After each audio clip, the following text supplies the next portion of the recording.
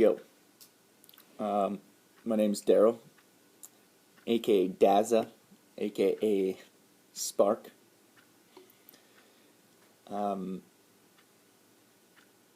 I just went through a 22-year journey of depression, and I don't know how that's going to be changing, completely removing depression and suicidal thoughts from my life. I'm working on that right now, with prayers and just clean habits.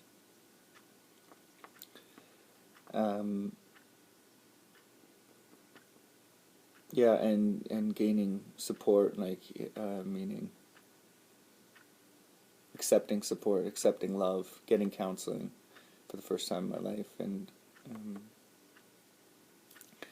so how I got there. There's a lot of trauma in my family.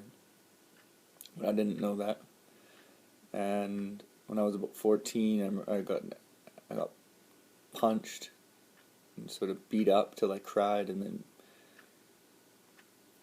I remember asking him, "Why are you punching me?" And it was kind of, I don't remember how exactly what it was like. Stop crying, or I'm gonna keep punching you, type of thing. I was really confusing because I didn't even know who this kid was. It's like I kind of knew of him, but I'm like, "Why are you punching me?" That was really confusing, and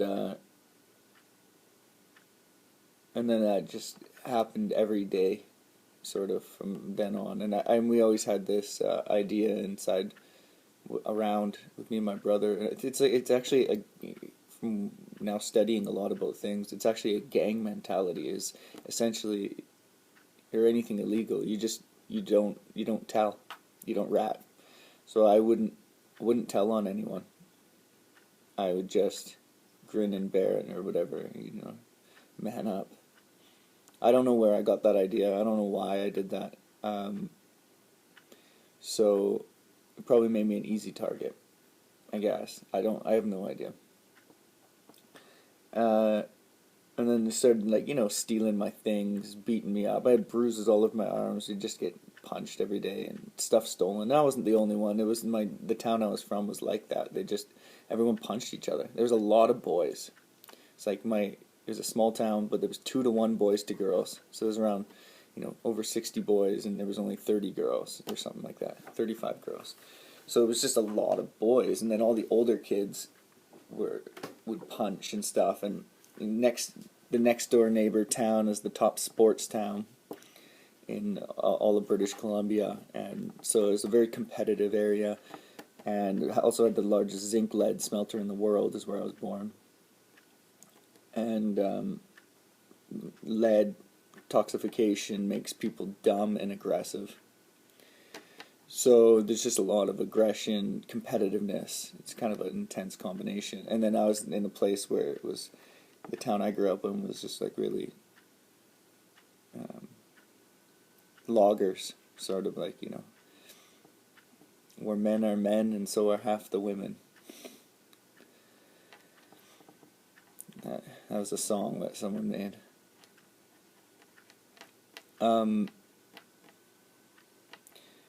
Yeah, so just a lot of punching, a lot of and not a lot of people, like, I didn't tell anyone. There wasn't any support for me emotionally, and I didn't have a music outlet, so I smoked weed, and when I touch alcohol, I just get really drunk, and that was just the way it went. And I ended up with so many concussions. I was also very competitive, hockey player, and just sports and all things. So I ended up with fights, violence, hockey, and snowboarding, and just being stupid. I ended up with so many head injuries. And I was told when I was 14 to stop playing hockey, and I kept playing. I kept getting head injuries, and I was self-destructing. Someone told me there was a story. It's like the bird that kept smashing its head against the the railings until finally it smashed into the cage, until finally it smashed its head so hard that it knocked itself unconscious. And it was laying on its back. When it opened up its eyes, I realized there was no top on the cage, and it just flew away. So, and then I just had all the things collapse in my life. My fractured my pelvis, so that ended my hockey. I was the captain of my team and leading scorer and that sort of thing. And plus, it was just my main source of outlet, and I was very artistic in the way I play hockey. I was called the man of 1,000 moves. You never knew what I was going to do next, because I didn't know, and I just liked to score goals. And so when that was taken away from me, and then I found I was allergic to all the foods I like: gluten, dairy, strawberries, apples, pectin, so just like all bananas. Like it was like all these like intolerance. That's what it was called. And I went to the doctor, and he said there's no such thing as that. So I'm like, oh, okay. And meanwhile, my guts were just messed, and so I knew there was truth to it. So that was when I stopped going to the doctor, because I was just like, really, you're just gonna flat out say there's no such thing as it, even though when I drink milk, there's obviously a problem. So it was just like trust was an issue, and then my parents got divorced. So this all kind of happened at the same time in my grade 12 year. Fractured pelvis, parents got divorced, found out I was allergic to everything, and then my girlfriend of 2.5 years broke up with me, and I was ostracized from all the friends. That happened leading up, in the years leading up to that. So I didn't have any friends. I didn't have any support. I'm good at gaining friends. I can find friends always pretty easily, but I didn't have any like solid people who had my best interest. For example, people who are like mentors type, few and far between, if any. And I ended up alone, depressed, living in a new town, kicked out of my house. Just my whole life was just shattered, and I would just wake up every morning and puke, and then I just, right around then, my life kind of gets blocked out. Like I don't even remember. And that was around 18, and I thought back of it when I was about 25, and I could remember about 6 things that happened between 18 and 25. I could probably put together a better story now and figure it out, but I know I didn't really do laundry very much. I knew I was really not very happy.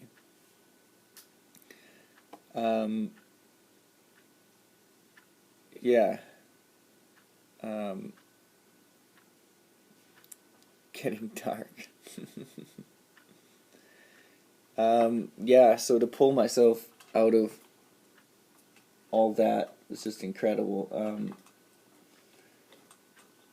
I really became an alcoholic over the next, all during that time on and off. I smoked a lot of weed, but I became an alcoholic, and as well, and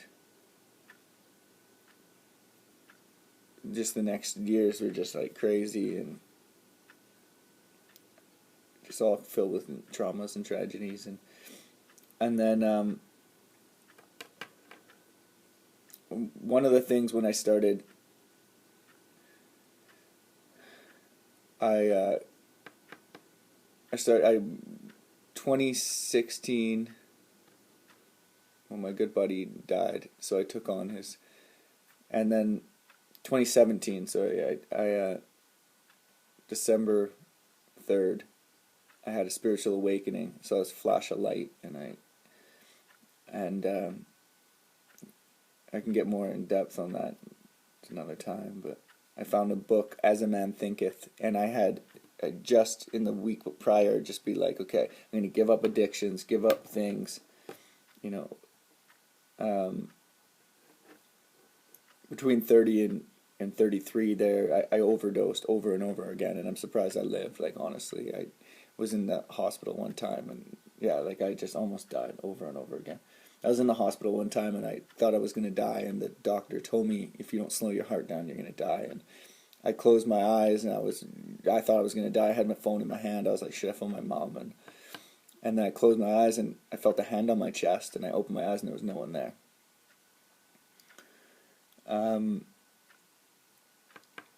And yeah, so December 3rd, 2017, I found As a Man Thinketh by James Allen, and at 3:33 a.m. I saw a flash of light hanging upside down on a Gemini full moon, and I heard that's how a Kundalini awakening happens. And from that, I've just was guided ever since by Jesus to save my life.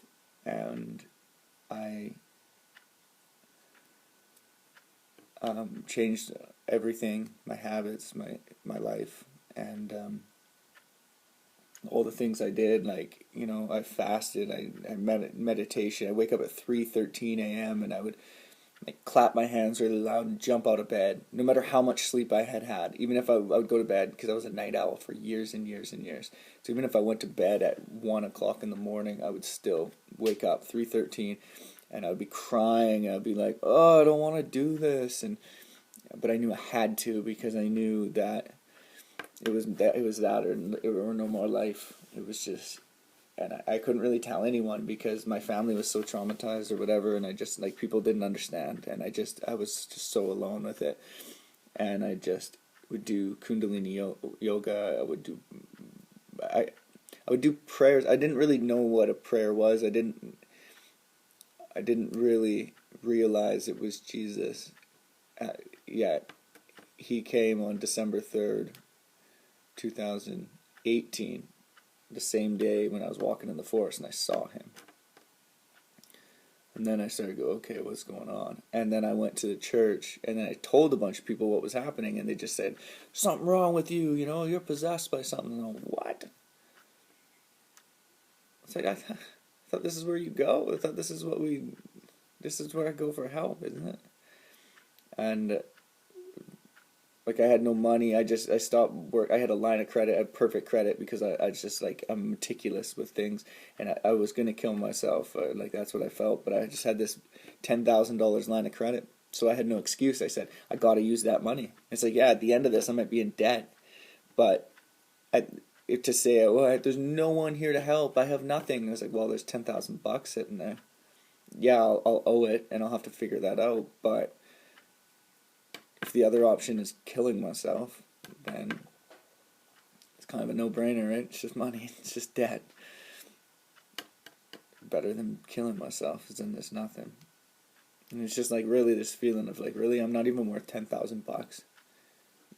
To people, I was just trying to get help, and I'm a poet, I'm a hip hop artist.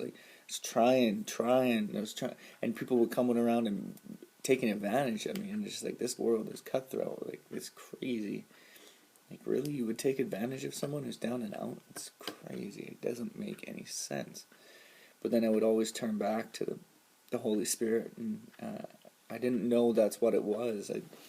I didn't know. I didn't care. It's just what next? And I would just be guided. I'd be woken up in the morning to a thump on the floor, and I'm okay. And yeah. One of the things that happened along that line was one of the people that helped me was Whitney Lane. She helped me just get another perspective on things, and I cried in front of her. And I hadn't cried in front of anyone. I got that boy. I got beaten as a kid. You don't cry in front. You just don't. Remember? Yeah. Okay. Well, because I was told that, but. Yes, I don't. I'm still trying to figure this all out. It doesn't really much matter to me. But I was when I was 14. Yeah, they beat me and I was crying, and he beat me till I stopped crying. So it's I wasn't supposed to cry. That was beaten into me, and so she helped with, because I had a bunch of spine injury. I had 6 discs in my back that didn't rotate properly. And she's an osteopath, so she helped me learn with how to stand up properly and all that. So it's just been an ongoing process. And now, like, really, I'm just into like prayers. Now it's like people throw around labels like Christian and stuff like that. And just like, look, I follow Yeshua, the Holy Spirit, Jesus Christ. As far as labels and that, it's like, yeah, whatever. I'll hang out with Christians and I'll go to church and stuff. But who cares about the label, man? It's like, I just follow truth. I want the truth. I started with Buddhism, and then I lost the book, and I was like, oh, I was so disappointed. But it really felt like Jesus took the book from me. And then I learned, I studied the Bible, and then I studied Hinduism and the Tao Te Ching, and I studied psychology, and I studied how to overcome, and I like relentlessly. Friday nights studying, writing songs. I wrote 100. I have 100 probably songs that are unrecorded. I have all the gear right behind me to record now, and I just gaining the courage and confidence. And when I start to work with people, a lot of times they just can't hack it. Like, it's nothing personal in them, but it's just like, I'm so dedicated that it's. And I guess timing is everything, right? You just gotta wait till the mountains move, and you'll know when it's time. And so I'm prepared. And life is tough. Every day I wake up and I go, oh my God. Some days I wake up and it's easy, but a lot of days I wake up and I'm like, this is crazy. Like, even today, it's just like, it's crazy. Just the idea of getting out of bed. Why would I get out of it? Why this again? Like, yeah, oh God. But although I'm so blessed. I have this amazing house. I have an amazing dog, and just so one step at a time. And yeah, here's a 17-minute testimony. Anyways, you'll be hearing from me. Anyone who's into hip hop or just music, I want to be a singer. I never wanted to be a hip hop artist. The first song I ever wrote was like a suicide note, rather than it's called Just a Dream. If anyone knows my music and wants to look it up, SoundCloud, Dazza250, I think it's on there. Yeah, and just, I guess there's not much else to say. One love. Peace.